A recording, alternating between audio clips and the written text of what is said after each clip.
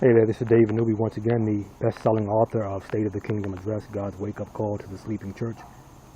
Our book's scheduled to release in January of 2016. I'm really amped about launching that book and hitting the devil right in the face with it, because he doesn't want believers to receive it, but they absolutely will. So stay tuned for that. But what I want to talk about right now is an issue that I have been thinking about since I left church the other day. The pastor was discussing an issue that everyone, I think, should really be aware of and try to correct their mindset. It was a good sermon, and I think that he was generally dead on, but I think it was just subpar. It was right on, but there was some things missing. And what he basically talked about was that, you know, we fight a spiritual warfare that we cannot see, and the battle that Christians fight is not one of flesh and blood, but of, you know, just principalities and wickedness in high places, and, you know, powers and things like that.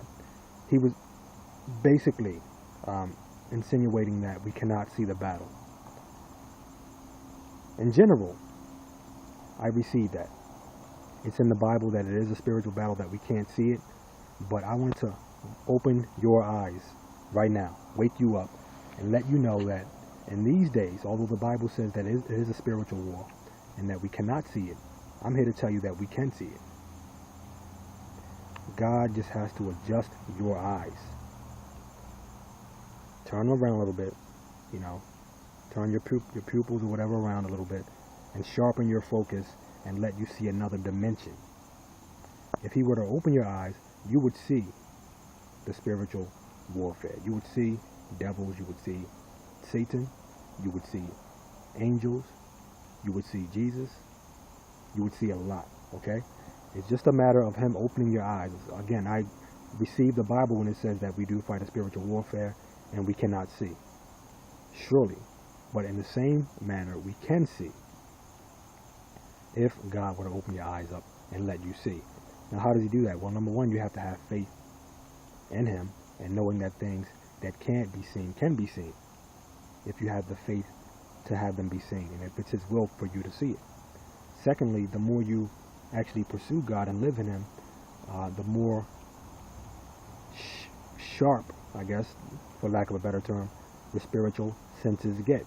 The more you become aware of your surroundings, the more you become aware of the spiritual life, and the more God pours out his spirit upon you, so that your eyes may be open and you may see the actual war, the warfare.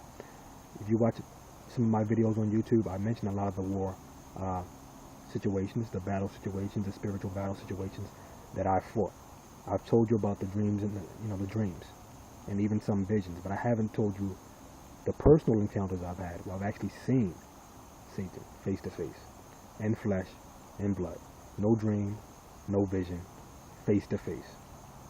Okay, where I've seen demons face to face, flesh and blood, just as real as you see me, I've seen them. I'm not talking about, types and shadows as some people tend to see, the shadows, which is also a real manifestation of devils. I'm talking about flesh and blood. Well, maybe not flesh and blood. Well, I'm just essentially saying the flesh, okay? Seeing them in the same form as a tangible object or a tangible being. I've seen Satan like that. I've seen devils like that. I fought them like that. So what I'm basically saying is that although, in general, the battle is a spiritual battle, in which case you cannot see what's going on, there are certain circumstances where your eyes will be open. Maybe your eyes, maybe someone else's eyes, will be open to the realities of the spiritual world. It's up to you, and it's up to God to open your eyes. You by faith, and God by his will and his gift upon you, bestowing the gift of plain sight, as I like to call it, upon you, to allow you to see the battle, to see the adversary, to see your help.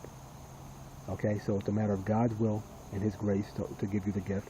And it's a matter of your faith and desire and pursuit of these things, for God to give them to you. Now, we've heard some examples in the Bible where people's eyes were open. We saw that Jesus saw Satan when Satan tempted him in the wilderness for 40 days and 40 nights. He saw him face to face. He had to see him.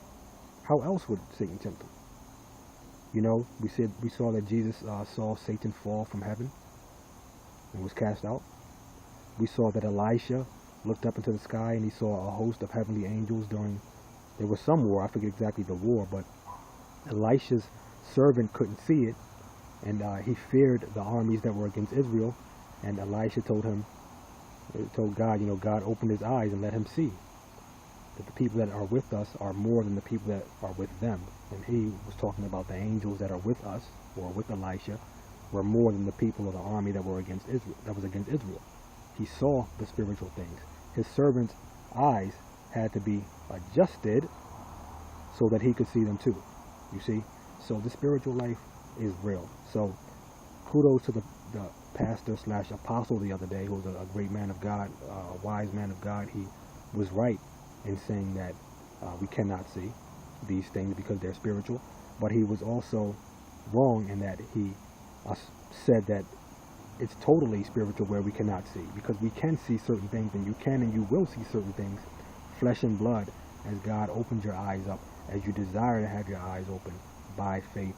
He will do it not just in dreams and visions, but in real life encounters with spiritual beings, spiritual things, Satan, devils, the accompanying of angels on your side, and things like that. I've seen many manifestations of angels as well. I see it. Jesus, he can come in flesh and blood.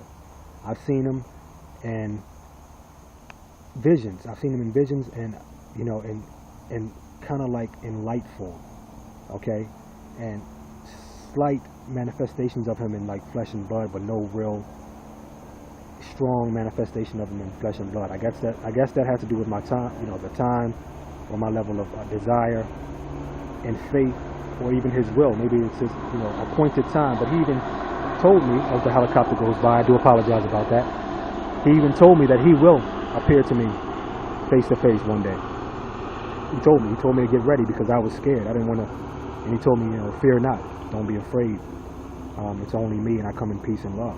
So I'm pretty much prepared at this point. I'm no longer afraid, but it can happen any day. So what I'm saying to you, my friend, whether or not you believe, I'm telling you right now that the Bible may say that the battle is a spiritual battle. It certainly is, but it's also one that you will be able to see one day. It is flesh. I mean, it is a battle of you know, it's not really a flesh and blood battle. It is a spiritual battle. But I'm saying to you again that one day, if God so desires and your faith is there, that you will have your eyes open and you will be able to see manifestations of spiritual beings and spiritual life, spiritual war, spiritual battle. Because what that does is it empowers you. It tells you where the enemy is, and it tells you how to shoot him, how to attack him. It's much easier to hit the target if you can see the target, right? It's much easier to know his weak spots if you can see them and see his reaction to when he's being hit. It's much easier to know when he's hurt. It's much easier to know when you're winning the battle, because you'll see him being pushed back. It's much easier to know when you're losing the battle, because you'll see yourself being pushed back. And you'll see him right there, or you'll see devils right there. It's much easier to know when you're going to prevail, because you'll see the host of heavenly angels around you. You see, as opposed to not seeing it. Now, you can still prevail and not see it. That's faith.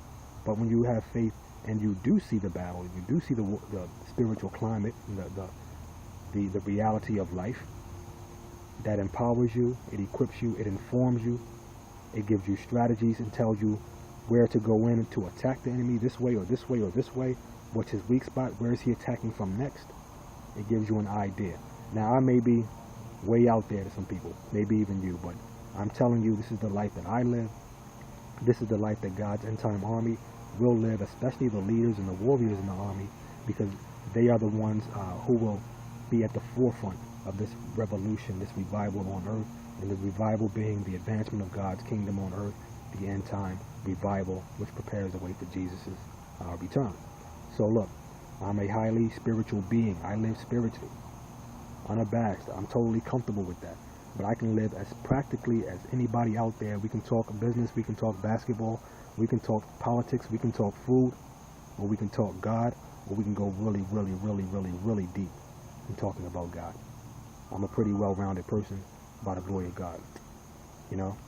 by the grace and glory of God, I'm a well-rounded person, and I came up that way, and I'm comfortable with it. I'm comfortable with it. But at the end of the day, I'm a servant of God, and I just tell you what to expect in the kingdom. You know, I'm positioned in the army, and it's my job to inform you and to help you fight the fight, to sharpen your sword, to sharpen your weapons, to achieve your victory, to occupy the land that you're supposed to occupy, to walk the walk you're supposed to walk, to be blessed, okay, to achieve the victory that God has given you, and to help others achieve it, to do your part to effectively advance God's kingdom forward. So that's what my job is, to get you ready and to get you out there, to get you, quote unquote, successful, but successful in God, okay?